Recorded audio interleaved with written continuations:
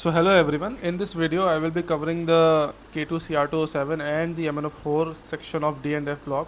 Now, the problem with this part of the chapter is कि ये सब easy नहीं है. मतलब easy है, मतलब as of concept इसमें कुछ नहीं है, रटना होता है. NCERT से अगर जाओगे तो ऑब्वियसली मुश्किल पड़ेगी. मैं भी NCERT से बहुत बार गो थ्रू किया था जब मेरा एग्ज़ाम हो रहा था. मैं बता रहा हूँ मुझसे नहीं हो रहा था. NCERT से दिमाग में नहीं रह रही बात. मैंने नोट्स बनाए थे लिटरली. ये K2CR27 का एक पन्ने का नोट है और MnO4 का मैंने 2 पेजेस का. ये गोल्डन है. मैं क्यों बोल रहा हूँ ऐसा? क्योंकि इनमें कंप्लीट NCERT कवर हो रही है. मतलब एक भी पॉइंट मैंने छोड़ा नहीं है. ठीक है. सबसे अच्छी बात ये है मेरे नोट्स की कि इनमें पूरी NCERT कवर हो गई है. इस पन्ने में K2CR27 का सब कवर है एंड इन 2 पेजेस में MnO4 का. बड़ा बड़ा लिखा है मैंने ताकि इरिटेशन भी ना हो पढ़ने में. छोटा छोटा लिखते तो मुझे अच्छा नहीं लगता छोटा लिखना. तो मैं गो थ्रू करा देता हूँ एक बारी. मैं बोल रहा हूँ इसका स्क्रीनशॉट ले लो, इसका ले लो, इसका ले लो एंड इसका ले लो. बहुत फ़ायदे में रहोगे. मैं तो मतलब इसी के डिपेंडेंट किया था और क्वेश्चन आए थे मैंने बन गए थे. एक बार मैं गो थ्रू कर देता हूँ ऑब्वियसली, क्योंकि इसमें ज़्यादा कोई ट्रिक है नहीं. इसमें तुमको बस याद ही करना है. ट्रिक भी क्या लगाओगे. मैं एक बार गो थ्रू कर देता हूँ कैसे बोल रहा हूँ मैं कि K2CR27 की प्रेपरेशन पर आएँ तो क्रोमेट से हम लोग बेसिकली क्रोमाइट ओर से क्रोमेट बनाते हैं.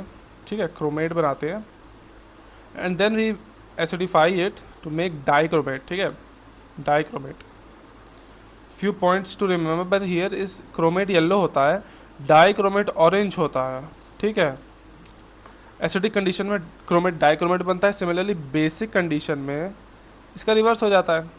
ये तो एक पोटेंशियल क्वेश्चन है, हर साल आ जाता है एसिडिक में क्रोमेट से डाइक्रोमेट और अल्कलाइन में जस्ट रिवर्स. और एक पॉइंट और जो थोड़ा ऑर्गेनिक का है मैं यही ऐड कर देता हूँ कि Cr+6 जो होता है डाइक्रोमेट और क्रोमेट में, जो क्रोमियम की ऑक्सीडेशन स्टेट होती है Cr+6, ये एक्चुअली ऑरेंज कलर का होता है. क्रोमेट या डाइक्रोमेट, ये एक्चुअली क्रोमेट या डाइक्रोमेट का. ठीक है. इसमें हम मान लो अल्कीन डालते हैं तो क्या बनता है, ये बन जाता है, ऑक्सीडेशन हो जाता है अल्केन का. भले ही इसका ओजोलिंडिसिस हो जाए क्योंकि स्ट्रॉन्ग है बहुत, वो मैटर नहीं करता. प्लस Cr+3 बन जाता है. ठीक है. तो ये ऑरेंज से ग्रीन में हो जाता है. जो Cr+3 होता है वो ग्रीन कलर का होता है. तो ये PUC में यूज़ आता है. ठीक है. तो एक बार मैं इसको बता दूँ, Cr+6 से Cr+3 ऑरेंज टू ग्रीन. ठीक है, ऑरेंज टू ग्रीन. इसको 2-3 बार बोल लो ऐसे ही. +6 टू +3 ऑरेंज टू ग्रीन. ठीक है. क्रोमियम की ऑक्सीडेशन स्टेट जब भी +6 से +3 में जाएगी ऑरेंज टू ग्रीन होगी. इसको दिमाग में बैठा लो. मतलब ये तो पूछ लिया जाता है, POC में पूछ लिया जाता है, यहीं पूछ लिया, कहीं भी पूछ लेते हैं. +6 टू +3 ऑरेंज टू ग्रीन. ठीक है, इसको बैठा लो दिमाग में. और कुछ बातें यहाँ लिखी हुई हैं जैसे कि क्रोमाइट ओर से सोडियम में पोटेशियम कार्बोनेट से फ्री एक्सेस एयर में हम क्रोमेट बनाते हैं जो येलो सॉल्यूशन. जैसे मैंने बता दिया भाई, इसको पढ़ लो. ठीक है. बैलेंसिंग नहीं याद करनी है, क्योंकि अगर बैलेंसिंग पूछ लिया तो मिला लेना ना. मिला लेना कि यहाँ Fe के बराबर है कि नहीं, मिला लेना. इतना तो मिला लोगे. मैथ है बस. यहाँ 16 एन है, यहाँ 16 एन है, मिला लेना. उस पर कुछ नहीं. बैलेंसिंग याद नहीं करनी होती.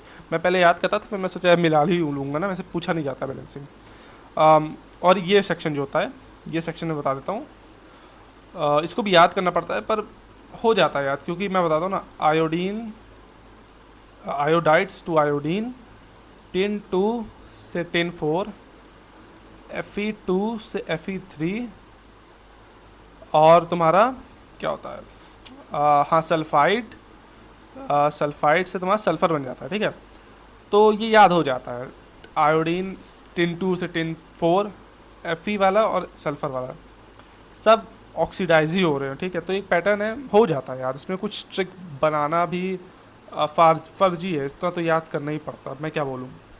अब थोड़े मुश्किल पार्ट में आ जाते हैं जो कि है MnO4. ठीक है. अब मैं इसको बताता हूँ. MnO4 की जो प्रिपरेशन है, MnO4 में एक्चुअली सब सिमिलर है. ठीक है. NCERT में जो होकस पोकस इतना सारा लिखा हुआ है वो है सिमिलरली सब.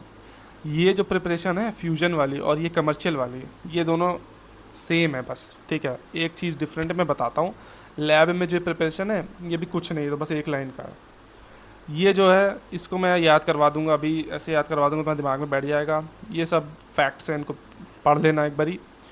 और जो MnO4 का ये होता है, ये वाला पार्ट, एसिड सॉल्यूशन में वो Mn+2 चला जाता है, और फेंटली अल्कलाइन या न्यूट्रल सॉल्यूशन में वो MnO2 चला जाता है। हाँ, तो मैं बताता हूँ MnO4 का क्या केस है। ये जो प्रिपरेशंस दिए हैं, ये वाली और ये डिकम्पोजिशन वाला जो दिया हुआ रिएक्शन, और ये भी कुछ खास है नहीं। मैं बताता हूँ ये सब सेम ही है, अभी बताता हूँ कैसे इसको रख लेना है आराम से। हम MnO2 लेते हैं, उसको अल्कलाइन मीडियम में ऑक्सीडेशन कराते हैं, उसका MnO4-2 बन जाता है, ठीक है, मैंगनेट बन जाता है। अब मैंगनेट क्या होता है, डिकम्पोज हो जाता है एसिडिक या न्यूट्रल सॉल्यूशन में, पर मैंगनेट और MnO2 में, ठीक है, बस इतना होता है। MnO2 लेते हैं, अल्कलाइन मीडियम में ऑक्सीडेशन कराओ, मैंगनेट बनेगा, और ये डिकम्पोज हो जाता है पर मैंगनेट में और MnO2 में। ये पायरोलूसिड जो कहते हैं इसको, पायरो, हाँ। और ये जो अब MnO4- जो बना है पर मैग्नेट, ये किस किस से बना है, ये किस किस से बना है, एक तो MnO2 से बना है, और बीच में क्या आता है, MnO4-2 आता है। तो बस भाई इसको हीट करते हैं तो वापस वही सब बन जाते हैं, ठीक है। MnO4- को दोबारा हीट करोगे तो MnO2 बन जाएगा, MnO4-2 बन जाएगा, बस हो गया याद।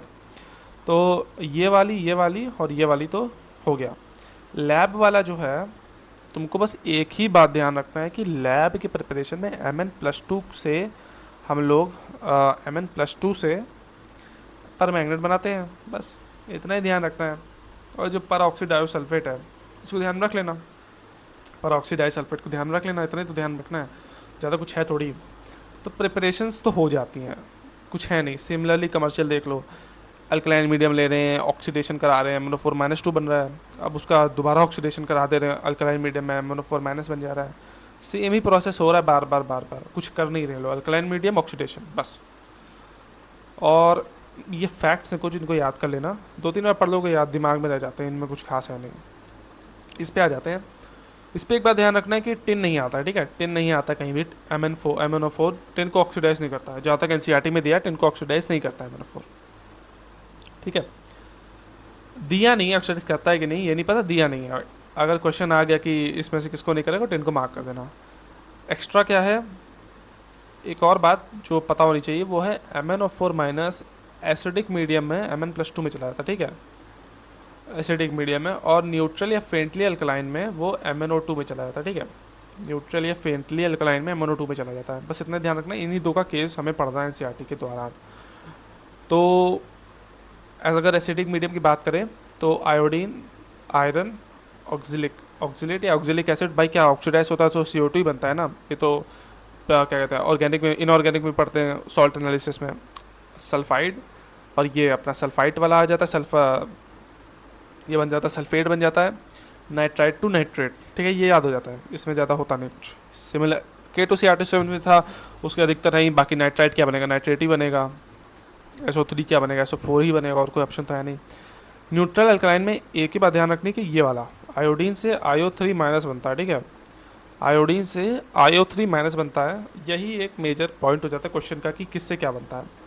ये ध्यान रखो कि MnO4 सीधे उसको I2 ही बना देता है, Mn+2 वाला, और MnO2 वाला इसको IO3- बनाता है। और ये कुछ फैक्ट्स लिखे, इनको पढ़ लेना, 10 बार पढ़ लोगे याद रह जाता है। इसमें कितनी ट्रिक्स बना ले बताओ, ये ट्रिक्स बनाओगे तो ट्रिक्स याद कर लो, या फिर इसको याद कर लो सीधे, कुछ है नहीं ना, ईजी है। ये वाला जो लिखा है, मैंने 4 टाइट्रेशन नहीं करते HCl में, क्योंकि ECl NCl2 में चला जाता है ना। एसिडिक मीडियम है तो Mn+2 बन जाएगा, आयोडीन को ऑक्सीडाइज करता है, Cl को भी कर देता है। तो यही था, 10 बार पढ़ लेना, और एक बार NCERT पढ़ लेना, रीडिंग मार लेना, कॉन्फिडेंस आता है उससे, बस एक बार पढ़ लेना, याद रहता है। एग्ज़ाम जाने से पहले इसको एक बार देख लेना, अपने हिसाब से कुछ एडिट करना है तो कर लेना, कोई दिक्कत नहीं है, कुछ ऐड करना है कर लेना, हो जाता है।